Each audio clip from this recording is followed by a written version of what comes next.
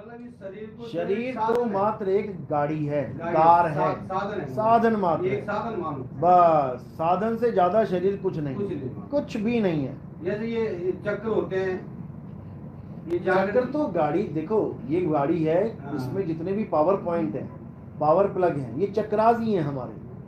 मूल चक्र अपना काम कर रहा है, सारी पेट की गंदगी बाहर निकाल रहा है। देव गणेश जहाँ रूपा थाना, जब हम पोटी करते हैं तो वो खुलता है दरवाजा, और जब हम खत्म करते हैं तो बंद हो जाता है। ये गणेश जी का कार्य है। गणेश जी की वजह से ही सारा आपके अंदर से सारी सफाई हो रही है। अगर आपके पेट में गड़बड़ है, कब्ज हो गई है, आप किसी योगी पुरुष के पास जाओगे, आप यहीं चले जाओ कनखल में बाबा रामदेव जी के पास, वो क्या करेंगे? गणेश क्रिया करवाएंगे आपकी। उसका नाम ही गणेश क्रिया है, समझे? उसके आगे पावर पॉइंट कहां पर है? लिंग चक्र में, वहां पर ब्रह्मा जी का वास है, वो अपना काम कर रहे हैं। उसके आगे पावर पॉइंट कहाँ है? नाभि में, विष्णु जी का वास है, वो अपना काम कर रहे हैं। नाभि को जागृत कैसे करते हैं? अरे करने वाले करते हैं, नाभि में ध्यान लगा के। क्या करोगे नाभि जागृत? ध्यान लगा के जागृत होती है। ध्यान लगा के देखो, ध्यान तुमने जहां भी लगा दिया किसी भी पॉइंट में, वो एक्टिवेट हो जाएगा, वो एक्टिवेट हो जाएगा। जैसे कहीं भी तुमने कहीं भी ध्यान, साइंटिस्ट क्या कर रहे हैं, एक बेजान लोहे के टुकड़े में ध्यान लगा के बैठे हैं, अब उसको बनाते बनाते बनाते उसको रोबोट ही बना दिया उन्होंने। सारा ध्यान उस पर लगा दिया और ध्यान से ही वो बढ़ रहा है आगे से आगे। ये इंसान का ध्यान कुछ भी कर सकता है। छोटी से छोटी सुई से लेके बड़े बड़े अंतरिक्ष यान बना दिए किसने? ध्यान ने। तभी बच्चों को कहा जाता है बच्चों ध्यान से पढ़ो, क्योंकि ध्यान से पढ़ोगे तो सब कुछ आ जाएगा। ध्यान ही जीव आत्मा है, ध्यान ही जीव है, और ये अपने आप को समझ नहीं पा रहा है। ये जीव ही कर रहा है सब कुछ। जीव का मन नहीं है करने का, तो तुम्हारा ध्यान नहीं लगेगा वहां पे। जैसे गुरु मैं यहाँ हूँ, जैसे आप कहीं सहारनपुर हो, मैंने आपका ध्यान किया, तो ध्यान के साथ मन भी चला गया। मन से ही ध्यान करोगे, मन ने, बिना मन के ध्यान ही नहीं कर सकते तुम। मन ने कर दिया। मन लेके आएगा। मन कहाँ तक जाएगा? जहां तक तन गया है। अभी मैं कहूँ आप ऐसी जगह का विचार करो जहां तुम कभी गए नहीं। स्विट्जरलैंड में एक गांव है, गांव के अंदर एक बूढ़ी माता बैठी है, याद करो उसको। क्या याद करो? अब मैं कहूँ अपने गांव में देखो तुम्हारे घर में बूढ़ी माता बैठी है, देखो कैसे याद करोगे अपनी माँ को? ध्यान पहले मन गया, मन गया, मन पे बैठ के ध्यान जाता है। मन में बैठ के ध्यान गया। मन बाइक है और तुम ध्यान हो। मन और ध्यान एक साथ जाते हैं। जब तुम ध्यान करते हो, जब तुम ध्यान को स्थिर करते हो, तब ये मन फिर लेके जाता है तुम्हें। फिर थोड़ी देर बाद तुम देखते हो, अरे मैं तो गांव पहुंच गया, मैं तो यहाँ बैठा था भजन कर रहा था, मैं तो ध्यान लगा के बैठा था, अरे मैं तो मंडी पहुंच गया। कौन लेके जा रहा है? मन ही लेके जा रहा है। मन ही लेके। तो साहिब कह रहे हैं मन जाता है तो जाने दे, तू थाम के राख शरीर, उतरा पड़ा कमान से क्या कर सके तीर। यानी ध्यान तब जाएगा तुम्हारा जब तुम मन के साथ निकल जाओगे। मन जा रहा है जाने दे, तुम फिर लेके आओ, मन जा रहा है जाने दे, तुम फिर लेके आओ। करते करते करते करते मन भी हार के बैठ जाएगा कि यार ये तो फिर वहीं वापस आ जाता है, इसको क्या लेके जाऊं मैं, इसको लेके नहीं जा सकता मैं। उसके बाद हार मानता है। सृष्टि हमारी ये है, तो सृष्टि रचना क्या है? मतलब सबकी सृष्टि अपने पास है, सब अपनी अपनी सृष्टि के रचनहार हैं। लेकिन ये तब समझ में आता है जब तीसरी दीक्षा मिलती है। जब तीसरी दीक्षा मिलेगी तो आपको सृष्टि, हाँ अनुभव ही तीसरी दीक्षा है। तीसरी दीक्षा अनुभव दीक्षा है। तीसरी दीक्षा में कुछ ये बोल वाला काम नहीं है। फिर अनुभव पे बोलेंगे, जो आपको अनुभव हुआ उसके ऊपर बोलेंगे, वहीं से सृष्टि खत्म करवाएंगे, क्योंकि सृष्टि वहीं से शुरू हुई है। जहाँ आप पहुंचोगे, मैंने बताया कई बार, जैसे आप पहाड़ पे जा रहे हो और पहाड़ से नीचे गिर गए, अब कोई पूछे कि भैया ऊपर से नीचे कैसे गिरे, तुम कहोगे यार पता नहीं, मैं तो चल रहा था अच्छा खासा, पता नहीं कैसे गिर गया, ठोकर लग गई। लेकिन कैसे पता लगेगा कौन सी ठोकर लगी? जब तुम दोबारा पहाड़ पे चढ़ोगे, दोबारा पहाड़ पे चढ़ोगे, कहोगे देखोगे कि मैं तो यहाँ पे चल रहा था आराम से, गिरा कैसे? अच्छा ये है वो ठोकर। अब पता लग जाएगा कि कहाँ से गलती हो रही है। अब दोबारा उस ठोकर को बड़े ध्यान से तुम पार करके निकल जाओगे, दोबारा नहीं फंसोगे। तो तीसरी दीक्षा में यही बोला है, प्रथमे शिष्य होवन जो आई, ताको पान देओ तुम भाई। पहली दीक्षा में 52 अक्षर दे दो, चरणामृत दे दो, पान परवाना दे दो। जब देखो तुम दृढ़ता ज्ञाना, ताको कहो शब्द परवाना, जब तुम्हें लगे कि हाँ ये भक्ति करना चाहता है जीव, ये दृढ़ हो रहा है ज्ञान में, सत्संग सुन रहा है, 6 महीना हो गया, 1 साल हो गया, दूसरी दीक्षा दे दो उसको। जब देखो तुम दृढ़ता ज्ञाना, ताको कहो शब्द परवाना। अब शब्द का भेद मिल गया उसको। शब्द माही जब निश्चय आवे, ताको ज्ञान अगाध सुनावे।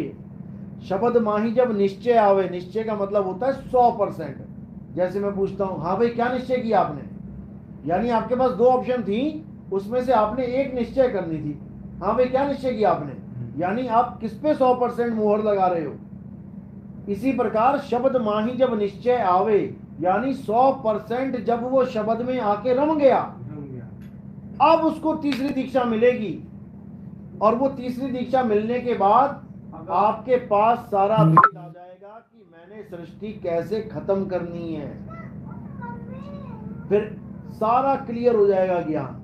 जब तक तीसरी दीक्षा नहीं मिली तब तक आप केवल अरदास कर सकते हो, भक्ति कर सकते हो, सृष्टि खत्म नहीं कर सकते। सृष्टि खत्म यानी ये सारा ड्रामा जितना भी चल रहा है ये प्रपंच है, ये झूठ का प्रपंच है, ये परमात्मा का प्रपंच नहीं है। लेकिन कई बार वाणियों में लिखा जाता है कि परमात्मा ने ये प्रपंच बनाया, उसके पीछे भेद है, उसके पीछे गुप्त भेद है। कि क्या भेद है वो ये अज्ञानी जीव नहीं जान सकता।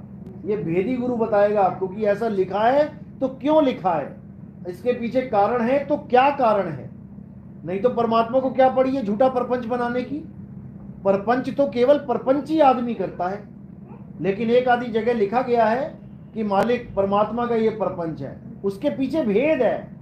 ऐसा क्यों लिखा है वो जब सत्संग करेंगे तब समझ में आएगा कि ऐसा क्यों लिखा है। तो वही बात बता रहा हूं मैं कि वो सृष्टि तब खत्म होगी जब आपकी तीसरी दीक्षा हो जाएगी। उसके बाद आपको कोई टेंशन नहीं रहेगी जीवन में। आपके पास ऑन ऑफ का स्विच आ जाएगा। पंखा चलाना है तो ऑन, पंखा नहीं चलाना है तो ऑफ, बिल्कुल सिंपल। लेकिन ये तब होता है जब आप एक बार अनुभव कर लेते हो, ये तब समझ में आता है। अनुभव जब शब्द में ध्यान लगाते हैं तो ये तो चमड़ी में वो हो रहा है, जैसे खींचता है तो चमड़ी में सुरता रमी हुई है, सूरत फंसी संसार में। जो खिंचाव चालू होगा चमड़ी में तो हो रहा है, चमड़ी में नहीं हो रहा, वो तुम्हें लग रहा है क्योंकि वो सुरता चमड़ी में फंसी हुई है ना। देखो कहीं भी छुओ, कैसे पता लग रहा है हमें, सूरत की वजह से, क्योंकि ये शरीर में सूरत है। अब तुम सो जाओ और सूरत चली गई तुम्हारी सूक्ष्म में, अब सोते हुए को छुओ जरा, तब मैं क्यों नहीं पता लग रहा। शरीर वही है, न्यूट्रॉन इलेक्ट्रॉन प्रोटॉन भी वही है, सब कुछ वही है, फिर भी नहीं आभास हो रहा। क्यों? सूरत की वजह से। सूरत ने इस पूरी बॉडी को, जैसे मान के चलो 100 में से 90% इस बॉडी को छोड़ के सूक्ष्म शरीर में चली गई। 10% फिर भी ध्यान यहां पर रहेगा। सोते हुए के कान में हल्की सी कुछ लगाओ जरा डंडी सी, एकदम ऐसे ऐसे करने लग जाएगा। क्यों किया? क्योंकि 10% इसमें भी सूरत है। इसी प्रकार ये सूरत एक बार में 2, 3, 4, 5 कार्य कर सकती है। जो बॉल फेंकते हैं, 4-4 गेंदे फेंकते हैं, 5-5, उनकी सूरत 5 में होती है उसी वक्त, और कहीं नहीं होती, सिर्फ उन्हीं पे होती है, उन्हीं 5 में होती है और 5 को हैंडल कर रहा है वो।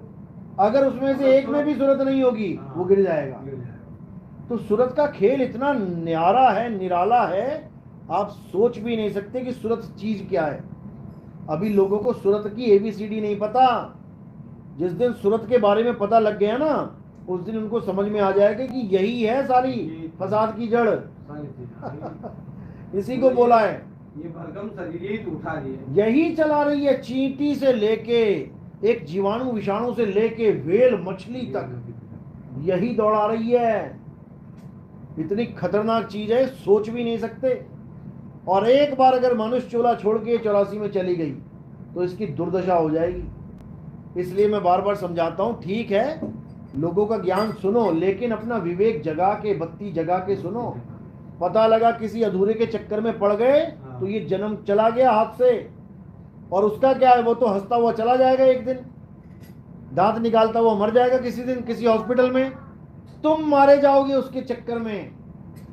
इसलिए साहिब कह रहे हैं, सबका हुक्का लीजिए साचा शब्द निहार, पक्षपात मत कीजिए, कहें कबीर विचार। जो सत्य है उस पे मोहर लगाओ, पक्षपात मत करो कि मेरे मामा का लड़का है जी संत बन गया, मैं तो उसी के साथ रहूंगा, मेरे ताऊ का लड़का है जी, वो ड्रामा नहीं है यहाँ पे।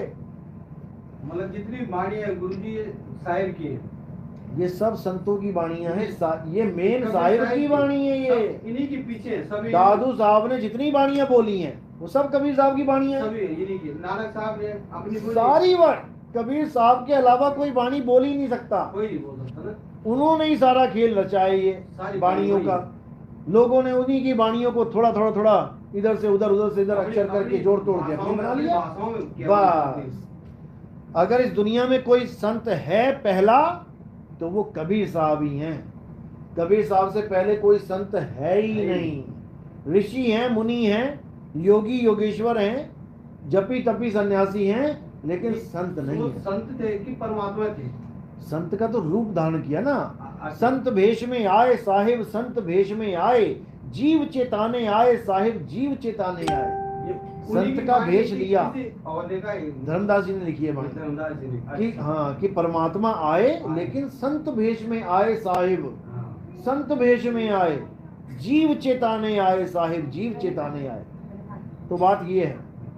तो लेकिन हमने फिर भी इस चक्कर में नहीं पड़ना है कि हम सबके सामने कबीर साहब को परमात्मा घोषित करते रहें। मैटर ये नहीं है। अगर परमात्मा घोषित करना होता तो कबीर साहब खुद आके कह देते कि मैं ही परमात्मा हूं, मेरी फोटो लगाओ, मेरा कैलेंडर लगाओ, मेरा ये लगाओ, मेरा वो कभी चाहते ही नहीं कि मेरे बारे में किसी को पता लगे। वो ये चाहते हैं कि तुम्हें तुम्हारे बारे में पता लग जाए,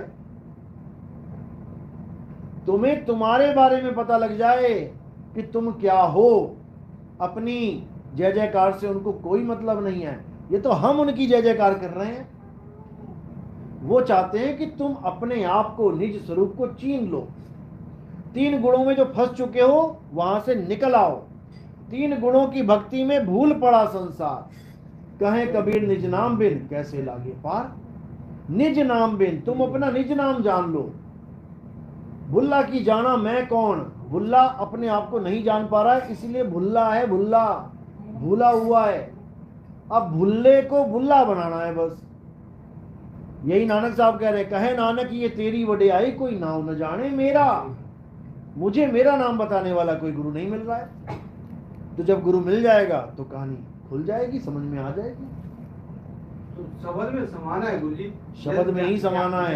ध्यान लगाना, जो खिंचाव हो रहा है वही पे शब्द हो। बिल्कुल बिल्कुल, वो शब्द से ही शब्द में समाना, मतलब वो चुंबक का खिंचाव तुम्हें चुंबक तक ही लेके जाएगा। एक लोहा जब चुंबक के एरिया में आ गया तो क्या होता है, खिंचाव शुरू हो जाता है। कहां तक जाएगा वो लोहा, खिंचाव कहां से हो रहा है, चुंबक से ही हो रहा है। तो वो अपने आप चुंबक तक पहुंच जाएगा। लो चुंबक की प्रीत जो लोह को लेते उठाए, ऐसा शब्द कबीर का काल से लेते छुड़ाए। कबीर साहब का जो शब्द है वो तुम्हें काल से छुड़ा लेगा और कोई नहीं बचा सकता। जब वहां ध्यान लगाओ तो गुरुजी मन भी तो चला जाता है वहां तक। मन नहीं जाता है, मन को तो खत्म हो जाना है वहां पे। मन को मार गगन चढ़ जाई, मान सरोवर बैठ न, विचार भी खत्म हो जाते हैं। अरे मैं कहता हूँ मन विचार माया सब नीचे रह जाएगी, वहां कोई जा ही नहीं सकता। केवल हंसा जाएगा, केवल सूरत जाएगी वहां पे, बस सूरत जाएगी और कुछ नहीं जा सकता। ये सब नकली माल यहीं रह जाएगा, ये सब फालतू का मसाला यहीं रह जाएगा और वो अपना मालिक के चरणों में चली जाएगी।